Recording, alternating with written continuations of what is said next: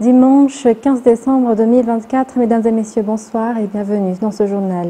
Dans les actualités de ce jour, des espaces de loisirs, des lieux de promenade seront créés le long de la route Tsarasocha jusqu'à lac Ivat. Ce projet sera baptisé Lake Arrive. Le président de la République de Madagascar a annoncé cette initiative en début de semaine lors d'une émission spéciale sur la chaîne nationale.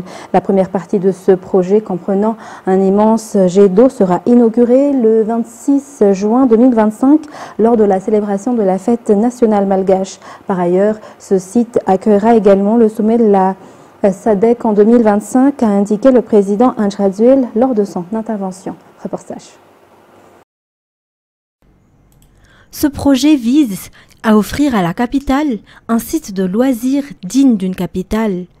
Situé à Ivatu, portée d'entrée de Madagascar, le projet Lake Arrive a été présenté par le président Andrzej lors de son intervention télévisée hier. Le complexe, qui s'étendra sur une surface de 325 hectares, sera à la fois un espace récréatif et un lieu destiné à accueillir des visiteurs. En plus d'être un lieu de détente et d'accueil, Lake Arrive a été conçu pour héberger le sommet de la SADC en 2025, a précisé le président. Un grand jet d'eau y sera installé et sera officiellement présenté lors de l'inauguration de cette première partie prévue le 26 juin 2025. Les travaux de cette première partie, qui dureront 6 mois, ont déjà commencé. L'objectif est de doter Antananarivo d'un espace de loisirs moderne à l'image de ceux récemment créés dans d'autres régions comme Tuamas. Et au vu des votes initiés par l'African Leadership Magazine, le président Andry Rajoelina sera probablement élu meilleur leader politique 2024 en Afrique. 3 chefs d'État ont été en lice, le président Malagasy, le président des Seychelles et le président de la République démocratique du Congo. Le vote public s'est clôturé hier et le chef de l'État Malagasy obtient plus de 65% des voix. Reportage de Judikel Rangenirine et Andora Zanjaïbi. Le vote en vue de désigner le leader politique africain pour 2024 à travers le site de l'ALM ou African Leadership Magazine s'est clôturé hier à minuit.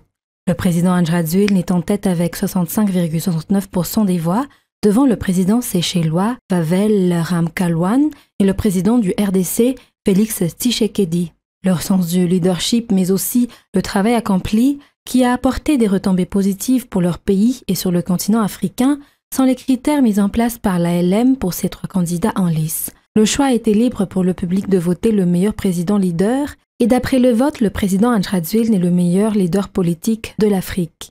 À noter que le chef de l'État Malagasy est déjà champion dans plusieurs domaines en Afrique. Il a notamment obtenu le trophée Babacar Ndiaye lorsqu'il a été sacré meilleur bâtisseur en Afrique en 2023. Ces réalisations sont palpables dans le pays en matière d'infrastructures, de réformes dans plusieurs secteurs, en matière de gestion ou encore dans le domaine social. Il ne cesse également de prôner la solidarité en Afrique afin de bâtir un Afrique nouveau et meilleur. Le fait de voir les réalisations du président Andrzej ne change la façon de voir des leaders politiques en Afrique aux yeux du monde. Il mérite d'être sacré meilleur leader politique africain pour l'année 2024 et cela est confirmé par les votes initiés par l'ALM. On attend ainsi la déclaration officielle des résultats lors d'une cérémonie au mois de février 2025 à Casablanca, au Maroc. Toujours dans cette page politique, parlons à présent élections. Les élections municipales des 7 communes sur 9 ont été remportées par les candidats de la plateforme Irmar dans le district d'Ambato-Finanjan. Le député Richard Akutunjabar affirme que la plateforme Irmar possède une base solide dans le district d'Ambato-Finanjan. Il appelle chacun à respecter le choix du peuple et à attendre sereinement les résultats officiels des élections communales. Et toujours concernant ces résultats provisoires des élections communales, la plateforme Irmar a également raflé les mairies dans la région de Vaknakaraj, notamment dans le district d'Ambatoulimpi, où ses candidats ont remporté la victoire des 15 communes sur les 19 existantes selon les tendances des résultats provisoires sortis par la CENI.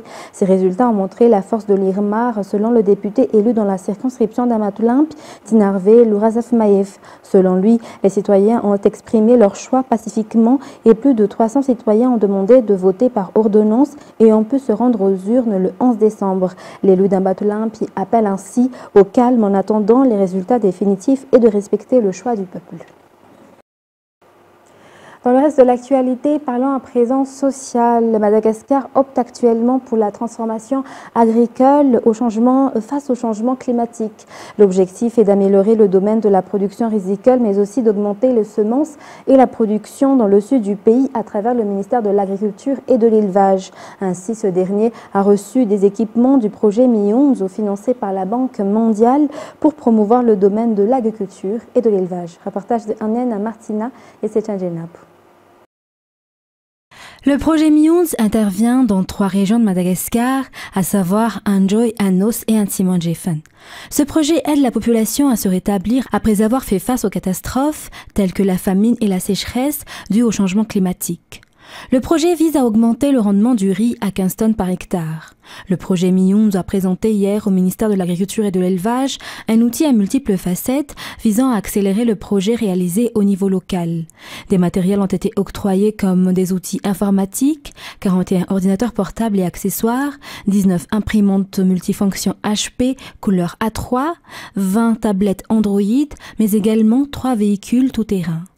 Le projet Mi11, mis en œuvre par le ministère de la Décentralisation et de l'Aménagement du Territoire, est financé par la Banque mondiale à hauteur de 188 millions de dollars. Il vise également à promouvoir les chaînes de valeur qui touchent directement les ménages vulnérables.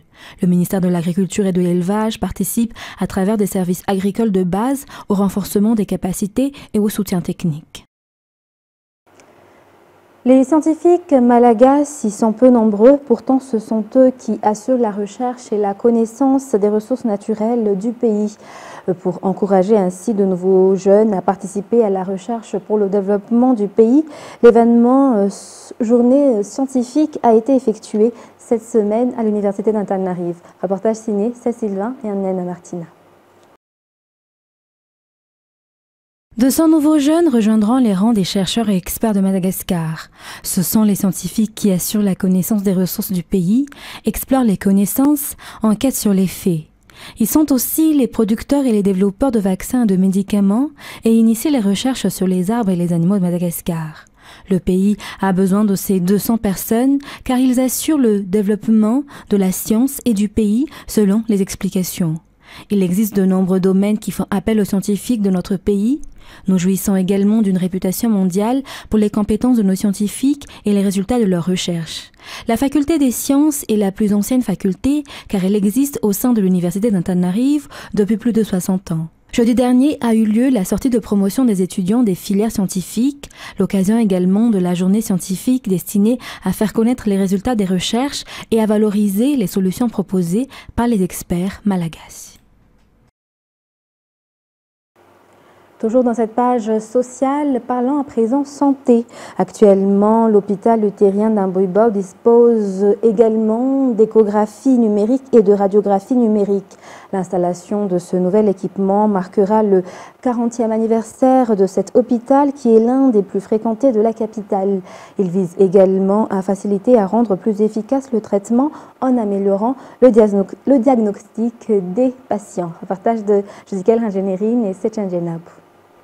De nouveaux équipements ont été installés à l'hôpital luthérien d'Amboibo, notamment des équipements à ultrasons et une radiographie numérique.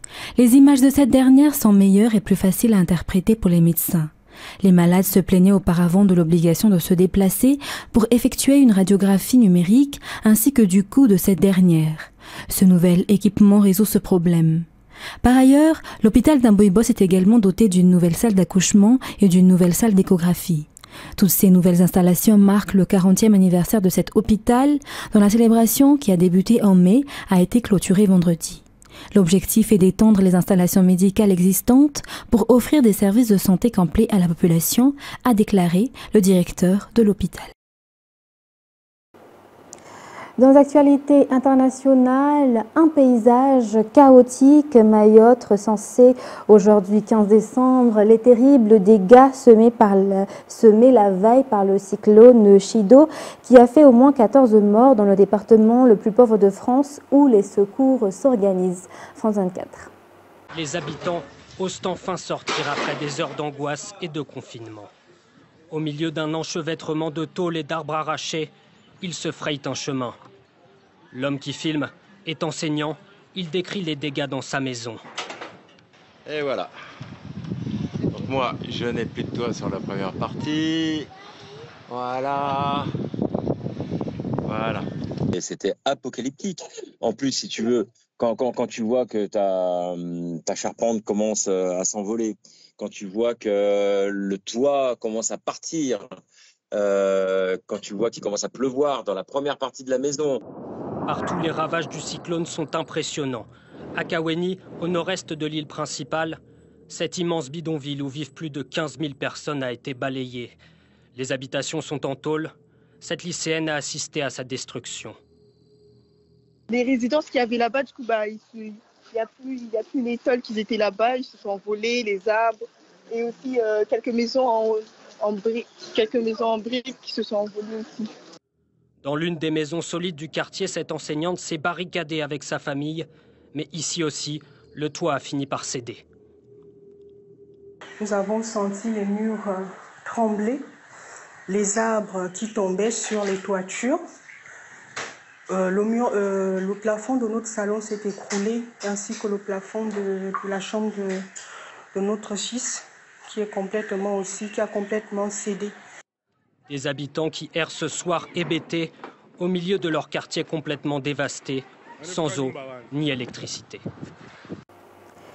Et le pape François était attendu aujourd'hui en Corse, où les fidèles catholiques ont commencé à se masser à Ajaccio pour une journée où le souverain pontife mêlera déambulations en papamobile et messe en plein air avant l'entretien avec le président français Emmanuel Macron. France 24. Oui, c'est un programme chargé, une dizaine d'heures de visite à partir de l'atterrissage de l'avion papal à l'aéroport d'Ajaccio vers 9 h du matin aujourd'hui. Il y aura d'abord la rencontre du pape avec le peuple lors de la déambulation de sa papamobile sur le front de mer entre les quartiers Saint-Joseph et Saint-Jean. Ensuite, le souverain pontife prononcera un discours pour clôturer un colloque sur la religiosité en Méditerranée avant de se rendre à la cathédrale Notre-Dame de l'Assomption pour la prière de l'Angélus et un second discours vers 15h30. Le point d'orgue de cette journée, la messe du pape à la place d'Austerlitz d'Ajaccio. Entre 80 et 120 000 personnes sont attendues pour participer à cette messe. Une trentaine d'évêques français vont concélébrer. À l'issue de cette célébration, retour à l'aéroport d'Ajaccio pour une rencontre avec le président français Emmanuel Macron avant de s'envoler de retour à Rome vers 18h15 cet après-midi. Natalia, le souverain pontife, il a pris le monde par surprise en préférant se rendre en Corse plutôt qu'à Paris pour la réouverture de la cathédrale Notre-Dame notamment. Et ça, c'est une habitude chez lui. Oui, c'est le président de la conférence des évêques de France, Monseigneur Éric de Moulin-Beaufort, qui a expliqué les raisons de ce choix du pape de ne pas participer à la cérémonie de réouverture de Notre-Dame de Paris, en expliquant en substance que le pape n'a pas voulu, entre guillemets, voler la vedette, détourner le regard, détourner l'attention et plutôt laisser toute l'attention focalisée sur la cathédrale. Et puis, il y a aussi le choix lié à la politique du pape de privilégier pour ses voyages, pour ses déplacements, pour ses voyages pontificaux les plus longs, les plus articulés, les périphéries, les privilégier les petits pays dans lesquels l'Église est moins connue, moins implantée. Dans ce contexte, la France clairement apparaît comme moins prioritaire aux yeux du souverain pontife, même s'il s'agit quand même aujourd'hui de la 3e visite du pape en France depuis le début de son pontificat après son passage à Strasbourg en 2014 et à Marseille en 2023. Restons toujours en France. Côté politique, le nouveau Premier ministre français François Bayrou, centriste et fidèle du président Emmanuel Macron, doit nommer un nouveau gouvernement. En plus du budget, il est attendu sur la réforme des retraites, l'augmentation du pouvoir d'achat et doit répondre aux revendications des agriculteurs. France 24 toujours. Pour gouverner, le nouveau Premier ministre va devoir composer avec les fortes têtes de l'Assemblée et surtout ne pas fédérer contre lui une majorité de députés. Alors François Bayrou est-il le mieux placé pour cela? Il m'a semblé qu'il était assez rassembleur. Ça va être difficile parce que chacun tire un peu sa carte, chacun joue son propre jeu. François Bayrou devrait en tout cas pouvoir compter sur le bloc présidentiel composé de ses députés MoDem, des députés Horizon et des élus macronistes. Alors qu'ils soutenaient Michel Barnier, les élus de la droite LR seront-ils du gouvernement de Bayrou? Leur participation est à l'étude. Laurent Wauquiez pose d'ores et déjà ses conditions. Nous souhaitons la fermeté sur le régalien et notamment l'immigration. Pas d'augmentation d'impôts, mais des baisses de dépenses publiques. C'est en fonction de ce projet que nous déciderons ensemble d'une éventuelle participation. Qu'en est-il du Rassemblement national? Pas de censure a priori pour les 140 députés RN et ciotistes, pour l'instant en tout cas, précise Marine Le Pen. Je ne brandis pas la menace de la censure matin, midi et soir. Je dis juste que je ne renonce pas à cet outil. Pour ne plus dépendre du Rassemblement national, François Bayrou pourrait se tourner vers sa gauche. Le PS, qui a bien voulu participer aux consultations avec ses alliés écologistes et communistes, ne censurera pas, uniquement si ces conditions sont respectées. Et vous savez que nous demandons le respect du Parlement, le respect du débat parlementaire, la recherche de majorité, et nous demandons à ce que le 49.3 ne soit pas utilisé. Mais les socialistes ne comptent pas s'arrêter là. En coulisses, un responsable confie: la survie de Bayrou est entre nos mains. On va en profiter pour prendre tout ce qu'on peut prendre. Pourquoi pas, répondent ces électeurs de gauche. Par exemple, un assouplissement de la réforme des retraites, peut-être. Si en fait la gauche demain est capable de revenir sur la réforme des retraites, bien évidemment, ce serait une avancée sociale significative. Les Insoumis, quant à eux, ont d'ores et déjà prévenu qu'ils censureraient François Bayrou et annoncent d'ores et déjà le dépôt d'une motion dans les prochains jours. Mesdames et messieurs, fin de ce journal. Nous vous remercions de votre fidélité. Très bonne soirée sur Viva. Au revoir.